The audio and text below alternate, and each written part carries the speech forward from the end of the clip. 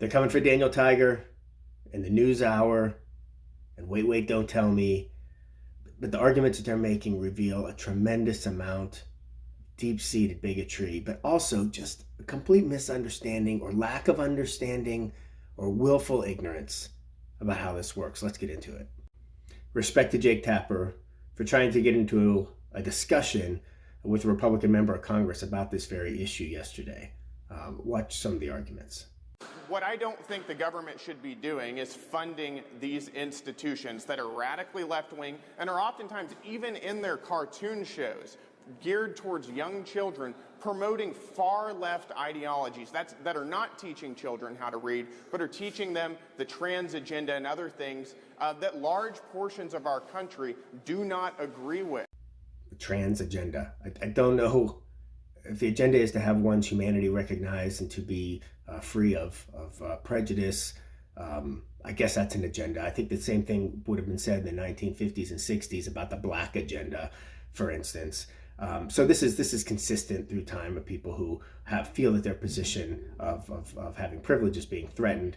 But I got to be honest, as horrible as that nonsensical argument is, it gets worse. Oh, listen, I'm a member of the DOJ Subcommittee of Oversight. We were tasked with finding waste, fraud, and abuse in the federal government and highlighting it. And one of those that we found, which Republicans and conservatives have talked about for decades, is state-sponsored media in the United States. China and North Korea have state-sponsored media. The United States does not need state-sponsored media.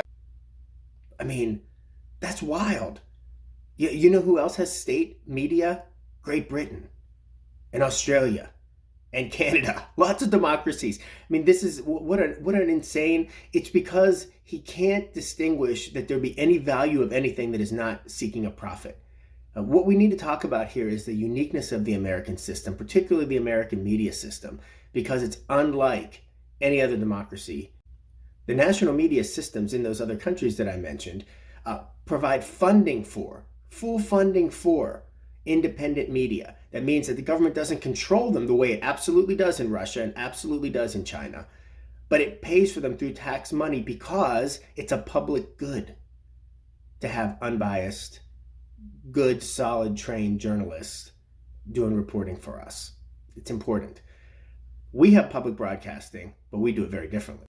You've heard the argument made before that funding for PBS at NPR is a very small portion of the federal budget. That's true.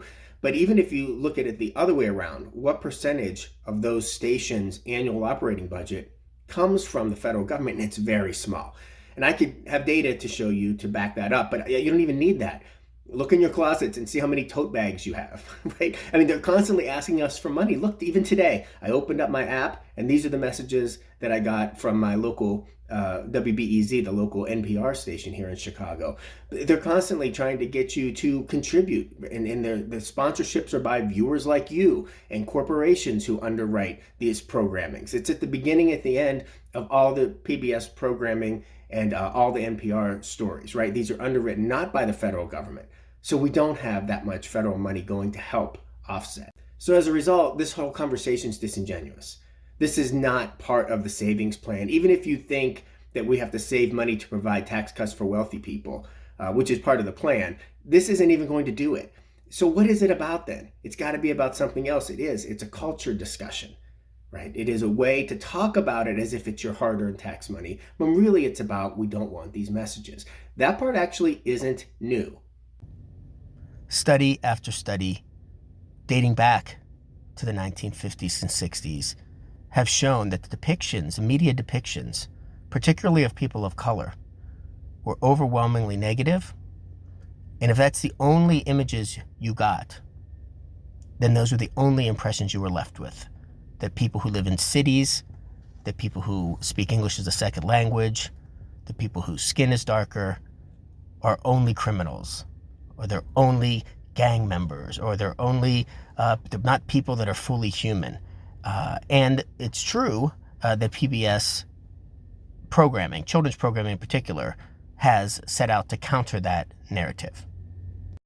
In the 1960s, when PBS started, the Children's Television Workshop started, Sesame Street, Mr. Rogers' Electric Company, those classic shows, and even into today, but there's definitely an agenda. And the agenda was kindness, understanding different types of people and what they bring, their uniqueness, their value as humans.